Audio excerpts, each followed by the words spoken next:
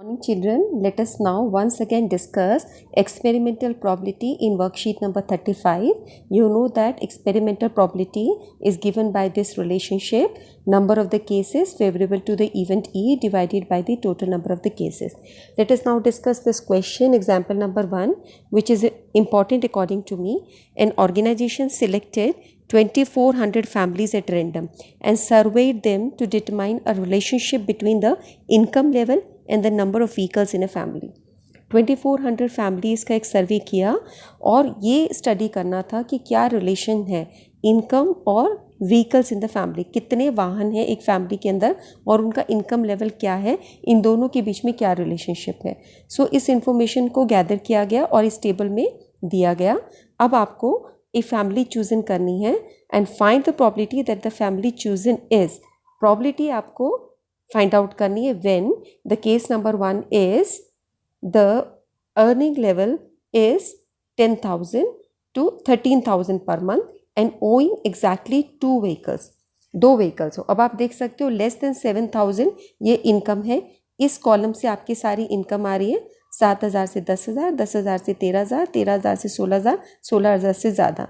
और एक भी व्हीकल नहीं है, ये 0 व्हीकल्स के लिए ये है और 1 व्हीकल्स के लिए ये कॉलम है, 2 व्हीकल्स के लिए ये कॉलम, 3 के लिए ये है.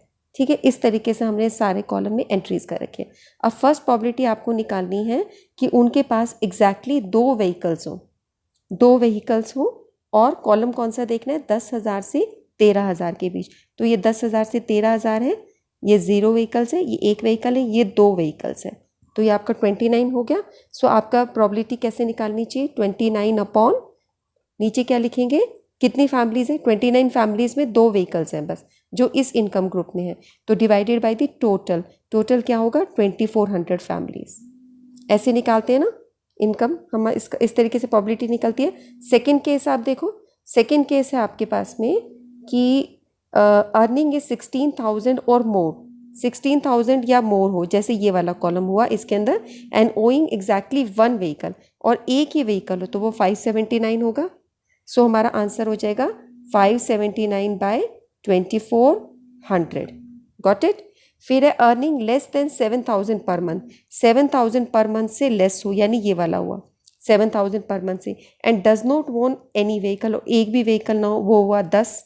सो हमारा आंसर हो जाएगा 10 अपॉन 2400. ओके, देखते हैं हम ये कितने आंसर्स हमने सही निकाले.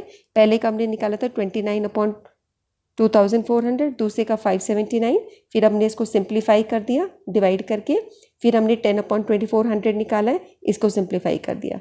अब हम देखते हैं अगला क्वेश्चन. यहाँ पर डी पार्ट में आपको करना है अर्निंग ₹13,000 to 16,000. सो 13,000 से 16,000 के बीच में, इसको मार्क कर लेते हैं 13,000 से 16,000, and own more than 2 vehicles. 13,000 से 16,000 पर मंथ होनी चाहिए सैलरी और मोर देन 2 व्हीकल्स. सो मोर देन 2 व्हीकल्स क्या हुआ 25 है ना, ये 2 से ज़्यादा क्या हुआ 3 हुआ, तो 25 अपॉन 2,400. सो ये 25 अपॉन 2,400, इसको सॉल्व करके 1 अपॉन 96 आ गया. इसको सिंप्लीफाई करना है, आपको कट करना है. ठीक है, उसके बाद नेक्स्ट है owing not more than 1 vehicle, एक से ज़्यादा व्हीकल ना हो. ठीक है, तो नॉट मोर देन 1 व्हीकल, सो एक से ज़्यादा व्हीकल ना हो और कोई इनकम ग्रुप नहीं लिखा, तो ये सारे आपके हैं जो एक से ज़्यादा नहीं है, ये सारे ये 0 हैं और ये 1 है, ये सब एक से ज़्यादा है तो इनको नहीं लेना. ठीक है, तो ये सारे लेने पड़ेंगे, यानी कि 10 + 0 + 1 + 2 + 1, और यहाँ पे 160 + 305 + 535 + 469 + 579. तो ये हो गए, देखो आपके ये सारे, इनको ऐड करके आ गया 2062 डिवाइडेड बाय 2400 और फिर इसको सिंप्लीफाई कर दिया. ठीक है, सो मेन प्रोबेबिलिटी में आपको ये स्टडी करना है कि क्वेश्चन क्या है और बिल्कुल एग्जैक्टली वैसे मार्क लगा दो जैसे मैंने मार्क लगाए. उसके बाद आप इसको रैशनल फॉर्म में करेंगे, जो सॉल्व हो सकता है उसको सॉल्व करेंगे, जो सॉल्व नहीं हो सकता उसको आप वैसे ही छोड़ देंगे. एक और क्वेश्चन देखते हैं. एग्जाम्पल नंबर 2 है from each of 5 bags of a seed. 5 bag है सीड्स के, देखो 1 बैग, 2 बैग, 3 बैग, 4 बैग, ये बैग नंबर है. 50 सीड्स पर रैंडमली सिलेक्टेड, 50 सीड्स सिलेक्ट करी गई फॉर जर्मिनेशन. आफ्टर 20 days, 20 दिन बाद, the number of seeds germinated from each bag is tabulated. 20 दिन बाद देखा कि कितनी जर्मिनेट हुई हैं। ठीक है, 50 बैग थे, 50 सीड्स थी, 5 बैगों के अंदर ये सीड्स डाली, यहाँ पे 40 हुई, यहाँ पे 48 हुई, इसमें 42 जर्मिनेट हुई, इसमें 39 और इसमें 41। ठीक है, अब हमारा क्वेश्चन है find the probability of E selecting a bag having at least 40 germinated seed. अब एटलीस्ट का मतलब होता है कम से कम, यानी ज़्यादा भी हो सकती हैं, कम से कम 40 होनी चाहिए। तो इसमें है कम से कम 40, इसमें है कम से कम 40, इसमें है कम से कम 40 और इसमें है। सिर्फ एक 4th बैग है जिसमें नहीं है। तो ये तीनों bag, 1 bag, 2 bag, 3 bag, 5 bag, 1 2 3 5 bag है 40 और मोर देन 40 सीड्स। सो इन सबको हम ऐड कर देंगे तो कितने हुई, 1 बैग, 2 बैग, 3 बैग, 4 बैग। तो 4 बैग है आउट ऑफ टोटल 5 बैग्स। सो ये इसकी प्रॉबिलिटी हो गई। ओके, अब आपको एक एक्टिविटी दी गई है। एक्टिविटी क्या है, थिंक ऑफ योर नेबर्स, अपने नेबर्स को देखो, रिलेटिव्स को देखो, and known people who wear spectacled. चश्मे पहनने वाले अपने आसपास के लोगों को नोटिस करो और उसको टेबल करो विद देयर एज। जैसे आप ये लिख सकते हो एज, ठीक है, 0 to 10 एज वाले, ठीक है, 10 to 20 एज वाले, 20 to 30 या 20 to 40 कर सकते हो, 20 to 30, 30 to 40, 40 to 50 age, 50 to 60 age, 60 to 70 age, 70 to 80। इतनी एज आपने एज कर ली। और यहाँ पर आप उनका देखिए कि कितने लोग चश्मे पहनते हैं। यहाँ पे 2 पहनते हैं, यहाँ पे 4 पहनते हैं, या 3 पहनते हैं, इसको आप नोटिस करो। एंड आपको प्रॉबिलिटी निकालनी है of a person of age less than 25 years.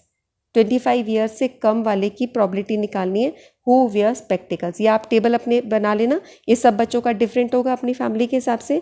25 से लेस वाले कौन से होंगे, तो आप 25 से लेस वाले, आप चाहो तो इसको फिर वैसे भी कर सकते हो, आप ऐसे भी कर सकते हो, 5 से 10, 10 से 15, 15 से 20, 20 से 25, तो आपकी वो 25 वाली वो बन जाएगी। सो 25 से लेस वाले आपको काउंट करने हैं जो स्पेक्टिकल्स बनाए। तो आप ऐसे कर सकते हो, 0 से 5, 5 से 10, 10 से 15, 15 से 20, 20 से 25। तो इसमें बिल्कुल एग्जैक्टली आपका आ जाएगा। This is an activity. ठीक है, और जो भी हमने एग्जाम्पल नंबर 1 किया ये बहुत इंपॉर्टेंट है। आपके पेपर्स में इस तरह के क्वेश्चन आते हैं एक्सपेरिमेंटल प्रॉबिलिटी के। ये फैमिली इनकम ग्रुप और ये जो हमने पीछे किया था ना, ये वाला क्वेश्चन, ये क्वेश्चन बहुत इंपॉर्टेंट है। दिस इज़ वेरी इंपॉर्टेंट, इसको अच्छे से स्टडी करना। अब आपका है ये, अच्छा ये क्वेश्चंस आ गए। Exercise, try yourself in a cricket match a batsman hits a boundary 8 times out of 40 balls. Total ball से 40, 8 टाइम उसने बाउंड्री करी, तो कितने टाइम्स उसने बाउंड्री नहीं करी, 40 - 8। Find the probability that he did not hit a boundary. So total balls थी आपकी 8 जिस पे बाउंड्री करी, कितने पे बाउंड्री नहीं करी, 32 पे के। तो probability does not hit a boundary 32/40। अब आप इसको कट कर दो 4 के टेबल से, 4 8 ज़ा 32, 4 10 ज़ा, फिर कट कर दो 2 के टेबल से, 2 4 ज़ा, 2 5 ज़ा, 4/5 आंसर आ गया। ठीक है, क्लियर हो गया। 8 4 ज़ा 32, 8 5 ज़ा 40। नेक्स्ट क्वेश्चन है from the table given find the probability of selecting a bag having a number germinating seeds more than 40 या 49। इस टेबल से करना है मोर देन 40। सो ये तो इक्वल टू 40 है, मोर देन 40 ये हुआ, मोर देन 40 ये हुआ, मोर देन 40 ये हुआ। कितने बैग्स हो गए, 3 बैग्स आउट ऑफ 5। और 49 सीड्स किसी में भी नहीं है, तो 0/5। सो इसका आंसर हो जाएगा bag number 235 has more than 40 seeds. इसकी प्रोबेबिलिटी आ जाएगी 3/5। Probability of selecting a bag having 49 seeds 0/5 और प्रोबेबिलिटी हो जाएगी आंसर 0। ठीक है बच्चों, इस काम को करिए, इसकी पिक्स अपनी टीचर्स को सेंड कीजिए। एज मैंने आपको बताया example number 1 is very important. Such type of questions comes in your exam and be prepare for your exam. जो भी आपको वर्कशीट्स दिए जा रहे हैं इन सारे कंटेंट्स को आप अच्छे से प्रिपेयर करो। So let's complete the class. आज का पीरियड इतना ही बच्चों। ओके, बाय बाय, फिर मिलेंगे।